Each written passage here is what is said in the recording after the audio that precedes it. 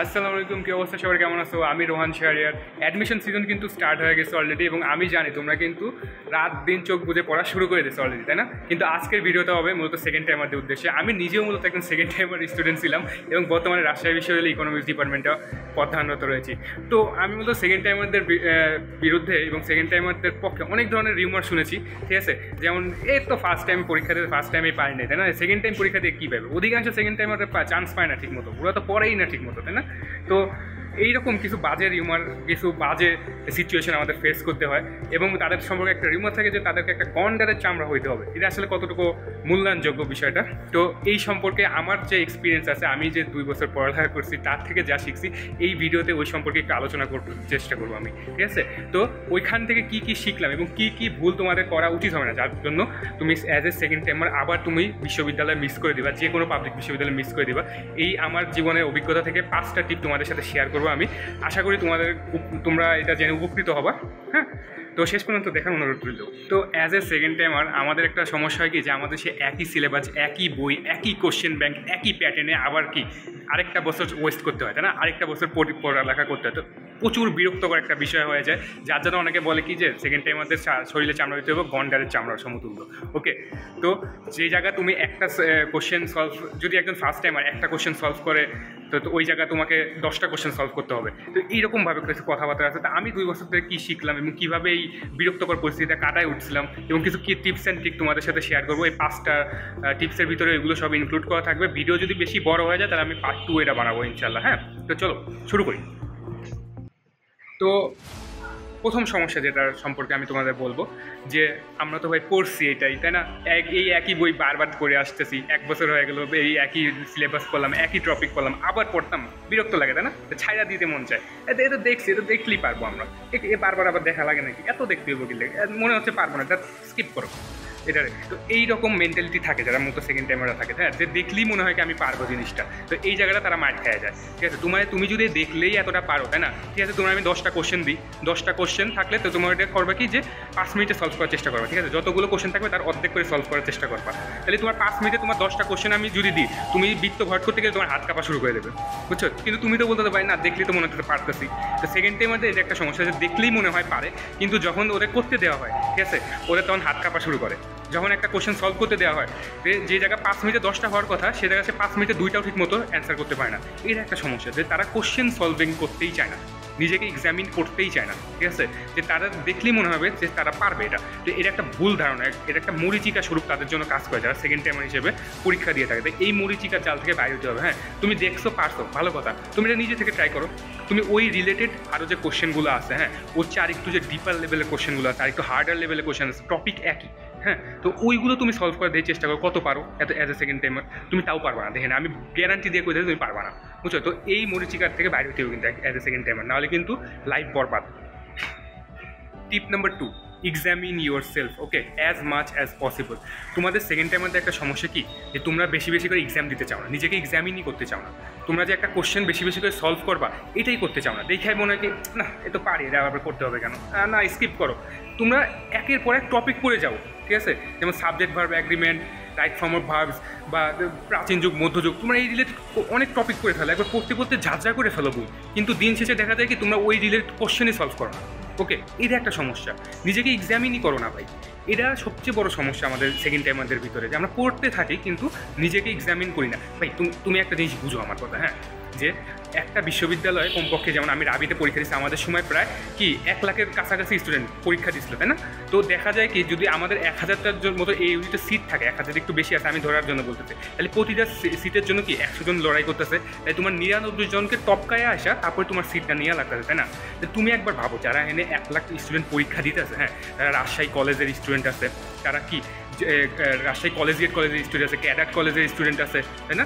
চট্টগ্রাম কলেজের, মানে নটরডেমের স্টুডেন্ট, সব ভালো ভালো মেধায় সেই জায়গায় পরীক্ষা দিতেছে, এবং তারা রাত দিন শুধু পড়ে না, এমনকি কোশ্চেনও ব্যাংক সলভ করে একবার ঝাঁচা করে ফেলছে, বুঝছো? তারা নিজেকে প্রতিনিয়ত এক্সামিন করতেছে, সে বিগত 2 বছর যাবত, মানে তারা ফার্স্ট ইয়ার থেকে কোশ্চেন ব্যাংক সলভ করে কিন্তু শুরু করে এইসব যে এই স্টুডেন্টরা আছে, টপার স্টুডেন্টরা আছে।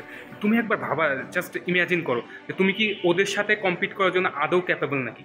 হ্যাঁ, তোমার কি আদৌ যোগ্যতা আছে যারা মূলত প্রতিদিন বা 2 থেকে 3টা করে কোশ্চেন ব্যাংক সলভ করতেছে, ওই টপিক করতেছে, টপিকের কোশ্চেন সলভ করতেছে, হ্যাঁ তুমি কি আদৌ সে অনুযায়ী ক্যাপাবল হয়েছে নাকি? এটা নিজেকে একটা কোশ্চেনের বিষয়। তো সেকেন্ড টাইমার এটা করেই না, তারা তো ভাবে যে আমি 1 বছর পড়েই আইছি ভাই, এ তো একই পর আবার বারবার করুন, বিরক্ত ধরে যাইতেছে, দরকার নেই।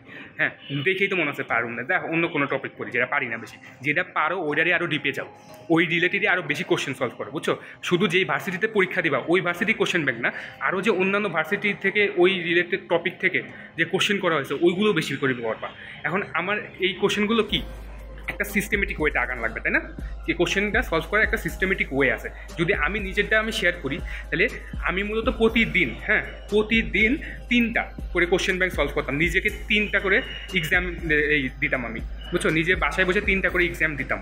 তো সেটা কীভাবে হতো যে আমার যদি 80টা বা রাজশাহী বিশ্ববিদ্যালয়ে এই ইউনিটে কিন্তু 80টার মতো হয়ে থাকে, নৈবিত্তিকা এসে থাকে, তাই না? তো ওইখানে তাহলে 80টা আমি রাজশাহী বিশ্ববিদ্যালয়ে এই ইউনিটের কোশ্চেন ব্যাংক ওপেন করতাম, ওপেন করে 80টা প্রশ্ন আমি 50 মিনিট নাহলে 40 মিনিট একটু কম হয়ে যায়, তো আমি 50 মিনিট দিয়ে দিতাম, ঠিক আছে? 1 ঘন্টায় কিন্তু এমনি লিগাল ওয়েতে পরীক্ষা হয়ে থাকে। তো আমি 50 মিনিট দিয়ে আর 10 মিনিট কমায় দিয়ে আমি পরীক্ষা দিতাম, এক্সামিন করতাম যে আমি কত পাইছি। দেখা গেল যে শুরুর দিকে 80-র ভিতরে পেলাম 40, তারপর যেখানে ভুলগুলো হয়েছে ওইগুলো আরও শুধরাই নিতাম আস্তে আস্তে করে। তো এরকম করে আমি কি মোট প্রতিদিনে 3টা করে পরীক্ষা দিতাম, তাহলে 3 মাসে কয়টা হলো? একদিনে প্রায় 3টার মতো পরীক্ষা দিতাম, বুঝতে পারছো? যে 3টা কোশ্চেন ব্যাংক সলভ করতাম, তাহলে 1 মাসে কয়টা সলভ করলাম? তাহলে 90টা পরীক্ষা দিয়ে দিলাম, তাই না? তাহলে এরকম করে যদি আমি 3 মাস পরীক্ষা দিই, তাহলে কত হয়? 3 নং 27, তাহলে 270 বার আমি নিজেকে এক্সামিন করে ফেললাম, বুঝতে পারছি বিষয়টা? আর তোমরা মনে হয় 6 মাস, যেটা আন্দোলন হলো, আমরা 6 মাসের মতো সময় পাইছিলাম, তোমরা অতটা পাবা না মনে হয়, কিন্তু সেকেন্ড টাইম আমাদের কাছে প্রায় 1 বছর সময় থাকে। তাহলে তুমি একবার হিসাব করে দেখো বিষয়টা, যে তুমি কতবার পরীক্ষা দিতে পারছো, কতটা এক্সামিন করতে পারছো। এতে হবে কি পৃষ্ঠা সহ তোমার মুখস্থ হয়ে যাবে, হ্যাঁ পৃষ্ঠা সহ মুখস্থ হয়ে যাবে, প্যাটার্ন সহ মুখস্থ হয়ে যাবে, অপশন সহ মুখস্থ হয়ে যাবে। এটা অনেক বড় একটা অ্যাডভান্টেজ। তোমার এই ক্ষেত্রে হবে কি যে তোমার এই টপ করার সম্ভাবনা বেশি থাকবে। যেমন আমি রাজশাহী বিশ্ববিদ্যালয়ে এই ইউনিটে 113তম হয়েছিলাম, বুঝতে পারতেছি বিষয়টা? এখন হলো টিপ নাম্বার 3। এতক্ষণ আমরা কি সিস্টেমেটিক ওয়েতে কীভাবে আগান লাগে ওইটার একটু কেবল শুরু করলাম। এখন এই সিস্টেমেটিক ওয়ে আরেকটু ডিপ ডাউনে যাব এই টিপ নাম্বার 3-তে। হ্যাঁ, যে এতক্ষণ বললাম যে আমাদেরকে 3টা করে পরীক্ষা দিতে হবে, তোমার যতটুকু ক্যাপাসিটিতে কুলায় তুমি 1টা দাও প্রতিদিন, 2টা দাও প্রতিদিন, আস্তে আস্তে করে লেভেল ইনক্রিজ করো, জাস্ট এটাই আর কি বিষয়। তো এখন এটার একটা ওয়ে আছে, একটা পদ্ধতি আছে, কোন পদ্ধতিতে আর কি আমরা কোশ্চেন ব্যাংক সলভ করবো। আসলে অধিকাংশ স্টুডেন্টরা কোশ্চেন ব্যাংক সলভ করতে জানে না, এটা আমার বলে দাবি। অধিকাংশ স্টুডেন্টরা কোশ্চেন ব্যাংকই সলভ করতে জানে না। কীভাবে?